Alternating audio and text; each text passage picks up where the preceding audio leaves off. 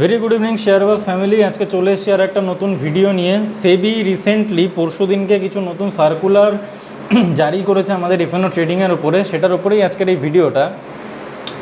তো দেখতেই পাচ্ছেন আমি নর্মাল সেবি সাইটে রয়েছি এই মুহূর্তে, sebi.gov.in। আপনারা সেবি সাইটে গেলেই এই সার্কুলারটা দেখতে পেয়ে যাবেন একদম শুরুতেই। সবার প্রথম যেটা রয়েছে সেটা হচ্ছে upfront collection of option premium from options buyer.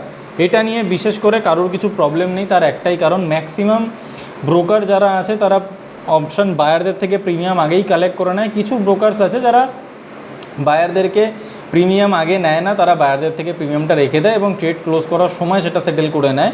কিন্তু এখন সেবি বলে দিয়েছে প্রত্যেকটা ব্রোকারকেই যারাই অপশান বাই করছে তাদের থেকে প্রিমিয়াম আগে নিয়ে নিতে হবে।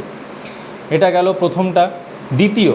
দ্বিতীয় চলে এলো removal of calendar spread treatment on the expiry day. এটা শুনে অনেকের মাথা খারাপ হতে পারে।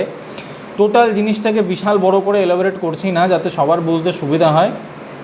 একদম সিম্পল ভাষায় বোঝাতে গেলে একটাই জিনিস বোঝানো যেতে পারে, সেটা হচ্ছে আগে যা মার্জিন লাগতো কাজ করতে গিয়ে এখন সেই মার্জিনটা অনেকটাই বাড়িয়ে দেওয়া হচ্ছে। সেটা আমরা এর পরের পয়েন্টেও দেখতে পাবো জিনিসটা। অপশান বায়ারদের ক্ষেত্রে বিশেষ কোনো অসুবিধা না হলেও যারা অপশান সেল করতো তাদের জন্য একটু চাপের ব্যাপার হয়ে গেল, কারণ মার্জিনটা বেড়ে যাওয়ার জন্য।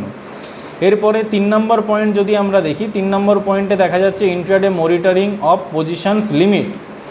এটা নিয়ে বিশেষ করে কারোর মাথা ব্যথা কিছু নেই, কারণ এইটা পুরোপুরি মাথা ব্যথা তাদের যারা ইললিকুইড ফান্ডে গিয়ে ট্রেড করছে। নিফটি, ব্যাঙ্ক নিফটিতে যারা ট্রেড করছে, এফএনও করছে, তাদের বিশেষ কোনো সমস্যা নেই, কারণ সেখানে লিকুইডিটি মার্কেটে প্রচুর পরিমাণে থাকে।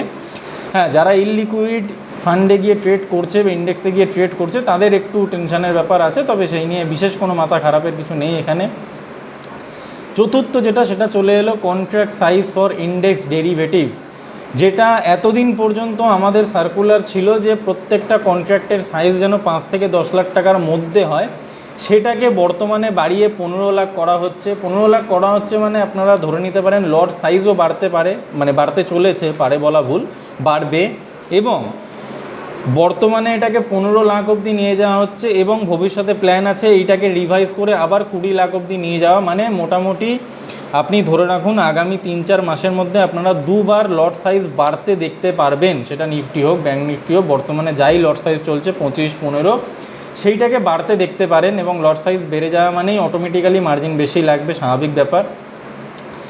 এরপরে চলে এলো আমাদের 5 number point, rationalisation of weekly index derivatives product. মানে কি, আগে আমাদের সপ্তাহে একটাই এক্সপায়ারি ছিল একদম শুরুর দিকে, তারপর সপ্তাহে 4-5 দিনই 5টা আলাদা আলাদা এক্সপায়ারিতে ভাগ করে দেওয়া হয়েছিল, যাতে মার্কেটে লিকুইডিটি বজায় থাকে এবং ভলিউম বাড়তে, মানে ভলিউমটা মার্কেটে থাকে। সেইটাতে কি হচ্ছিল, মার্কেটে ভোলাটিলিটির জন্য প্রচুর নতুন ট্রেডার্স যারা মার্কেটে আসছিল তারা বিপুল পরিমাণে লস করছিল। যেই লসটাকে আটকানোর জন্য এই পদক্ষেপটা সেবি নিয়েছে। কিন্তু এটাতে লস হবে দুজনের, মেনলি দুজন বলতে কে, একজন হচ্ছে বিএসসি, একজন হচ্ছে এনএসসি। জিনিসটা একটু ট্রিকি, জিনিসটাকে এমনভাবে বানানো হয়েছে যে কোনো এক্সচেঞ্জ উইকলি একটাই এক্সপায়ারি রাখতে পারবে আর বাকি এক্সপায়ারিগুলো মান্থলিতে শিফট করে নিতে হবে। বিএসসির বিশেষ কোনো প্রবলেম না হলেও বিএসসির কাছে মোটামুটি 2টো কন্ট্রাক্ট ছিল এক্সপায়ারির জন্য উইকে। বিএসসি সেটাকে একটা কন্ট্রাক্ট করে দেবে উইকলি এবং একটা কন্ট্রাক্ট করে দেবে মান্থলি এক্সপায়ারিতে। অসুবিধা হবে এনএসসির, কারণ এনএসসির কাছে ছিল অলমোস্ট 4টে কন্ট্রাক্ট। 4টে কন্ট্রাক্টের মধ্যে এখন মাত্র এনএসসি একটা কন্ট্রাক্টই উইকলি এক্সপায়ারি রাখতে পারে, বাকিগুলোকে মান্থলি করে দিতে হবে। সেই জন্য এনএসসির আর্নিং বা রেভিনিউ, যেটা বিএসসিরও একই জিনিস, আর্নিং বা রেভিনিউ দুজনেরই কমতে পারে, যে কারণে মার্কেটে একটা ফল আসতে পারে। এর পরের পয়েন্ট যদি বলি, একদম লাস্ট পয়েন্ট চলে এলো লাস্ট পয়েন্ট চলে এলো আমাদের increase in tail risk coverage on the day of options expiry. Same জিনিস, আগে কিছু না, ইএলএমের ব্যাপারে এখানে বলা হয়েছে, সেই মার্জিন বাড়ানো হচ্ছে। তার উপরে মোটামুটি যারা অপশান রাইট করতো তাদের মার্জিনটা অনেকটাই এবার বেড়ে যাবে। সো সেটাই এখানে বলা হয়েছে, আর কিছুই না।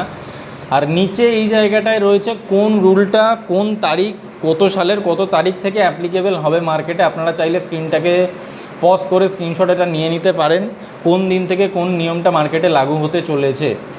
সো গাইজ, আজকের ভিডিওটা এইটুকুই ছিল। দেখা হবে আবার নেক্সট কোনো ভিডিওতে।